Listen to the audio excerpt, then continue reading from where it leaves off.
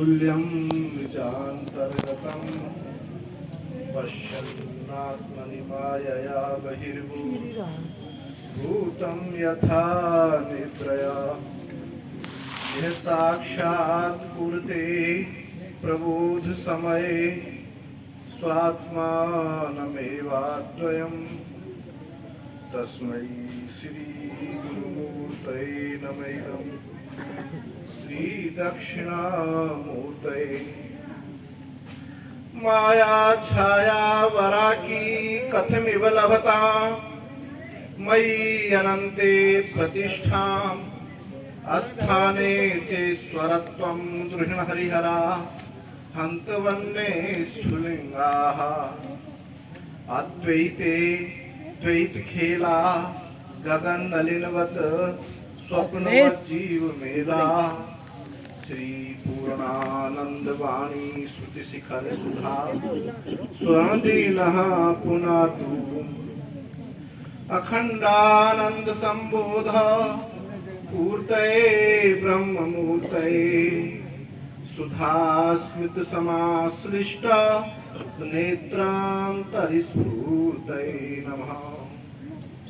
कांतिशिता मृशति निंदित शारदेन्दो यत्रैकतो विलसिता मशतांग शोभा वृंदावनेऽपि कृतयामुनगांग संग राधा मुकुंद युगलम तदहं नमामि राधा मुकुंद युगलम तदहं नमामि। प्रातः स्मरणीय अर्चनीय वंदनीय श्री सद्गुरुदेव के चरणों में साष्टांग दंडवत एवं मंचासीन यतिवृंद संत वृंद श्रोतृगण विशुद्ध चित्त वृत्ति स्वरूपा मातृवृंदा नारायण स्मरण। बहुत सुंदर चर्चा चल रही है। किसी संत ने दर्शन की चर्चा करी, भक्ति की चर्चा हुई, सदाचार आचार मर्यादा की भी बीच में चर्चा हुई। उस विशुद्ध तत्व का अनेकानेक प्रकारेण एकम सद्बहुधा विप्रा वदन्ति, अनेक प्रकार से युक्ति से तर्क से श्रुतियों से स्मृतियों से उस तत्व का निरूपण हुआ। कहने के लिए तो कुछ अवशिष्ट नहीं है, फिर भी ये तत्व ऐसा है कि इसमें जब श्रुतियां आलस्य नहीं करती, स्मृतियां आलस्य नहीं करती, बारंबार बताती हैं, तो संत महात्मा भी इस विषय में आलस्य नहीं करते। प्रवचन स्वाध्याय प्रवचनाम ध्यान नः प्रमितव्यम। स्वाध्याय प्रवचन से आलस्य नहीं करते, तो अनेक अनेक प्रकार से संतों ने इसको गाया है। आरूढ़ोर मुनिर्योगम कर्म कारण उच्यते योगारूढ़ सतश्चैव शमः कारण उच्यते। गीता में ये जो श्लोक है संपूर्ण गीता के विभाजन और तात्पर्य को लक्षित कर देता है। भगवान श्री कृष्ण ने विभाजन किया कि जो योग पर आरूढ़ होना चाहता है, आरूढ़ योग पर जो आरूढ़ होना चाहता है, उसके लिए कर्म कारण उच्चते, वो कर्म करे। और दूसरी पंक्ति में कहा जो आरूढ़ हो गया है, योगारूढ़ तस्यैव, तस्यैव शब्द का प्रयोग है किसका? तस्यैव, जो योग पर आरूढ़ होना चाहता था उसी का ही। जब वो योग पर आरूढ़ हो चुका है तो शमः कारण उच्यते, अब वो अपने में बैठना, शांति यानी संन्यास निवृत्ति ही वहां हेतु बनता है। तो ये जो कर्म है, कर्म की चर्चा शायद कल भी कुछ नहीं हुई, आज भी नहीं हुई, उसी पर थोड़ा चर्चा करेंगे। तो ये जो कर्म है, ये कर्म क्या है? कर्तुम अभीप्सितम कर्म, पाणिनि सूत्र है, जो कर्ता को अत्यंत अभीष्ट हो उसको कर्म कहा। तो कर्ता को क्या अभीष्ट है? आप कर्ता बने हुए हैं, मैं नहीं चाहता कि आप कर्ता हो, भोक्ता हो, पर ऐसी नैसर्गिक अभ्यास अध्यास के कारण अपने को कर्ता माने हुए हैं। तो आपका अभीष्ट क्या है? यहां सूत्र कहता है कि जो कर्ता को अत्यंत अभीष्ट है, अभीष्ट इससे ज्यादा बढ़कर के कुछ इष्ट नहीं, उसको कर्म कहा है। अब ये परिभाषा आपने शास्त्रोक्त है, बड़ी विलक्षण है। आप कर्म की क्या क्या परिभाषा करते रहते हैं। अब पाणिनि स्वयं महर्षि पाणिनि कह रहे हैं, अब देखो, जब कर्ता क्रिया के माध्यम से अभिष्ट चाहता, अभिष्ट, आपका अभिष्ट क्या है? आपका अभिष्ट है सुख। आप पढ़ना चाहते हैं, जॉब करना चाहते हैं, विवाह करना चाहते हैं, धन वित्त आदि से परिपूर्ण होना चाहते हैं, उसके पीछे क्या है? सुख ही लेना चाहते हैं। सही मायने में आप सुख को चाहते हैं।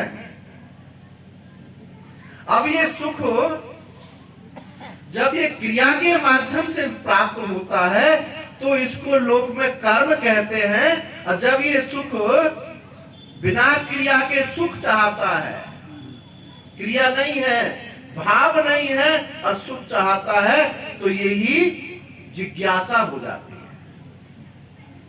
परमात्मा की जिज्ञासा हो जाती है। जिज्ञासा में कर्म नहीं है। कर्ता प्राय मरण को प्राप्त होता रहता है। जिज्ञासुरपि योगस्य सप्त ब्रह्मादि वर्तते। जो योग का जिज्ञासु है वो सप्त ब्रह्म, इस कर्म कांड का अतिक्रमण करने लगता है।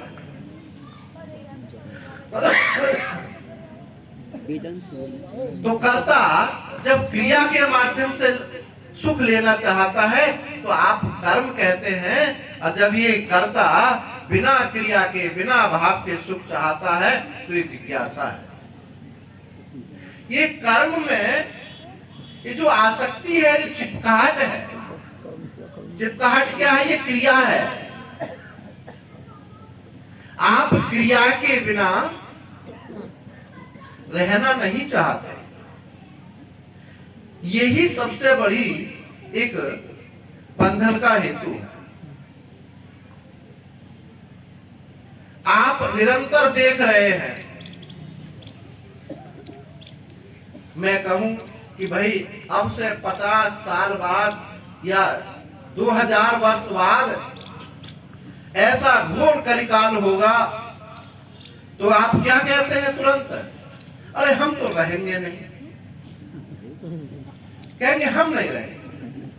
और आप देख रहे हैं, निरंतर देख रहे हैं, पर उस जो देखना है उसको आप किसी माध्यम से देखना चाहते हैं, इन आंखों से देखना चाहते हैं, इंद्रियों से उसको स्पर्श करना, उसका भोग करना चाहते हैं, जबकि आप निरंतर देख रहे हैं। एक क्षण भी आप देखे बिना रह नहीं सकते। ये आपका नित्य स्वभाव है देखना। यही अज्ञानता है कि देखे बिना रहा नहीं जाता, अनंत को देखा नहीं जाता। देखे बिना तो आप रह नहीं सकते, और अनंत का स्वभाव है कि देखने में आता नहीं तो टुकड़े टुकड़े के रूप में देखने लगते हैं। ये अनेक यही दृष्टा ज्ञाता भोक्ता के रूप में अलग अलग दिखाई पड़ने लगते। जैसे समुद्र की गहराई को नहीं देख पाते तो समुद्र का जल नीला दिखाई देने लगता है। आकाश की अनंतता को नहीं देख पाते तो आकाश नीला दिखाई देने लगता है। ऐसे ही इस चेतन की, दृष्टा की अनंतता को ना देख करके ये धुंधला होता हुआ कर्ता के रूप में, ज्ञाता के रूप में, भोक्ता के रूप में, ऐसा छोटे छोटे टुकड़े के रूप में देखने लगे। इसी का नाम है जीव। तो ये कर्म जो है, जब क्रिया के माध्यम से देखना चाहते, सुख लेना चाहते हैं तो हम परिच्छिन्न हो जाते हैं। अर्थात दूसरे शब्दों में कहें कि परिच्छिन्न सुख का नाम ही ये जीवत्व है। जीवत्व क्या है? परिच्छिन्न सुख, सीमित सुख। एक लिमिट आपने ये बना दी। अब यहां जो एक कर्म है, ये चिपकाहट जो है, अब ये चिपकाहट जिस जिस वस्तु से मिलने लगती है उसके साथ हमारा तादात्म्य होता है, उसको हम उपयोगी समझने लगते हैं। तो कर्म भी बंधन नहीं हुआ, कर्म के साथ जो जुड़ी हुई आसक्ति है ये बंधन का हेतु हुई। क्योंकि तत्ववेत्ता महात्माओं से भी जो स्वाभाविक आभ्यासिक कर्म होते रहते हैं, लेकिन बंधन को प्राप्त नहीं होते, क्योंकि वहां जो चिपकाहट है वो नहीं रहती है। तो भगवान कपिल भगवान देवभूति को कहते हैं, प्रसंग मजरम पाशम आत्मनः कवयो विदुः सएव साधुषु कृतो मोक्ष द्वारम अपाप्ततः। मां,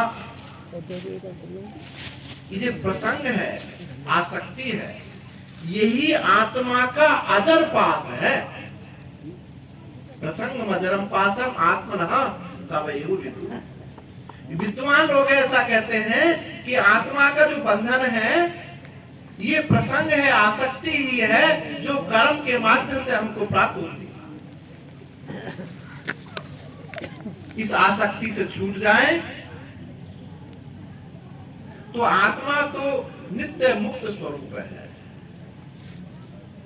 दुख का कोई और हेतु नहीं है, ये आसक्ति ही बंधन का हेतु है। ये आसक्ति ही, ये कर्म ही, जिसको भगवान ने कहा, गीता में कहा कि गहना कर्मणो गति। कर्म की जो गति है बड़ी गहन है। गहन गति मतलब अनिर्वचनीय गति। ना इसको सत कह सकते, ना असत कह सकते, सदा सदाभ्याम अनिर्वचनीय जो है यही है। इसका निरूपण नहीं हो पाता। तो ये प्रसंग जो है, ये चिपकाहट है, यही बंधन का हेतु है। जब ये कर्म के साथ जुड़ जाता है तो ये अपने को बंधन सा महसूस करता है। अब ये कर्म आपने सुना, सकाम कर्म, निष्काम कर्म, नित्य कर्म, नैमित्तिक कर्म, प्रतिषिद्ध निषिद्ध कर्म। तो जो सकाम कर्म है, इसमें कामना है, वो तो बंधन का हेतु है ही। जो निष्काम कर्म है वो, उसको कहा शास्त्र में कि ये बंधन का हेतु नहीं है। क्यों नहीं है? क्योंकि ये निष्काम कर्म ही कर्म योग है। तो इसी में कहा, एतान्यपि तु कर्माणि संगम त्यक्त्वा फलानि च कर्तव्य नीति में पार्थ निश्चितम मतम उत्तमम। भगवान ने कर्म योग को एक बहुत सुंदर चित्र खींचा। एतानि अपि, जो भी कर्म है, एक आसक्ति को छोड़ करके, फल को छोड़ करके शास्त्र विहित करना ही चाहिए। तो यह चार चीज आपको मिलती है। एक तो फलासक्ति निवृत्त हो जाती है, क्योंकि आपको फल नहीं चाहिए, और एक कर्मासक्ति निवृत्त होती है। ऐसे बहुत लोग मिल जाते हैं जिनको फल नहीं चाहिए, कुछ मान प्रतिष्ठा नहीं चाहिए, परंतु किए बिना रह नहीं सकते। ऐसे लोग में बहुत लोग हैं और समाज उनको बहुत अच्छा कहता है, पर शास्त्र अच्छा नहीं कहता है। जो रिटायर हो जाते हैं ना लोग, रिटायर हो जाते हैं, वो बिना किए रह नहीं सकते। माताएं घर में बहुएं आ गई, सब कुछ करने वाली हैं, लेकिन किए बिना रह नहीं सकते, क्योंकि कर्म का इतना अभ्यास है। अरे बहू को तो आता ही नहीं है बर्तन सजाने रसोई में, वो ऐसा लगाती है वैसा लगाती है, मैं अपने हाथ से खुद बर्तन सजाऊंगी। और करती है, किए बिना रह नहीं सकती। जो पहले बच्चे पाले थे, फिर भी उन्हीं को खिलाती रहती है, भजन करने का काम नहीं। तो ये जो कर्म है, अभ्यास से जो प्राप्त है, ये कर्म आसक्ति छूटती नहीं। फलासक्ति भी ना हो, परंतु कर्म आसक्ति। और एक दृष्टांत देखें, एक शिष्य, एक गुरुजी है, शिष्य है, गुरुजी कह रहे हैं थोड़ा आश्रम की सेवा करो, घास साफ कर दो। तो कहते हैं, शिष्य कहते हैं ठीक है गुरुजी। आश्रम में सेवा करने लगे, और अब 15-20 मिनट बाद गुरुजी कहते हैं कि सब विद्यार्थी आ जाओ, सत्संग पाठ शुरू होने वाला। तो क्या कहते हैं विद्यार्थी, गुरुजी थोड़ी देर और रुको, अभी और 10 मिनट का काम है, उसके बाद फिर हम पाठ सुनेंगे। अब यहाँ ये क्या है, ये कर्म आसक्ति, गुरु की आज्ञा का उल्लंघन है। शास्त्र उद्देश्य से वहाँ छोटा पड़ गया है, आपकी मुमुक्षा छोटी पड़ गई है, वहाँ कर्म मुख्य हो गया। इसको बोलते हैं कर्मासक्ति। ये अभ्यास से कर्म का सुख प्राप्त होने लगता है। ये जब हम निरंतर अभ्यास करते रहते हैं तो ये छूटना बड़ा मुश्किल होता है। और तीसरी बात भगवान ने कही कि कर्तव्य नीति में पार्थ, तुम्हें करना ही चाहिए, शास्त्र विहित करना ही चाहिए। तो जो तुम्हारी अकर्मण्यता है, निठल्लापना है, ऐसे लोग होते हैं ना निठल्ले, इनको कुछ करना नहीं है, खटिया पे पड़े पड़े बीड़ी पियेंगे, रजाई ओढ़ के बीड़ी पियेंगे, इधर उधर की बात करेंगे, लेकिन करना नहीं। तो भगवान कहते हैं कर्तव्य नीति करना ही चाहिए, शास्त्र विहित करना ही चाहिए। तो आपकी फलाशक्ति निवृत्त हुई, कर्माशक्ति निवृत्त हुई, और जो निठल्लापना है, अकर्तृत्वासक्ति निवृत्त हुई। अब इस निष्काम कर्म ने, और वो जो कर्तृत्वासक्ति है, यानी करना ही चाहिए, ये कैसी हो गई, शिथिल हो गई। क्यों? फल नहीं चाहिए, कर्म आसक्ति नहीं है, अकर्तृत्वासक्ति नहीं है, और जो कर रहे हैं वो भी गुरु और शास्त्र की आज्ञा के अनुसार कर रहे हैं, और वो ईश्वर अर्पित कर रहे हैं। ना मामा मुझे नहीं चाहिए, ईश्वर अर्पित। अब तो जब मुझे नहीं चाहिए, कर्ता ईश्वर है, मैं कर्ता नहीं हूं, तो ये कर्तृत्वासक्ति कौन शिथिल हुई?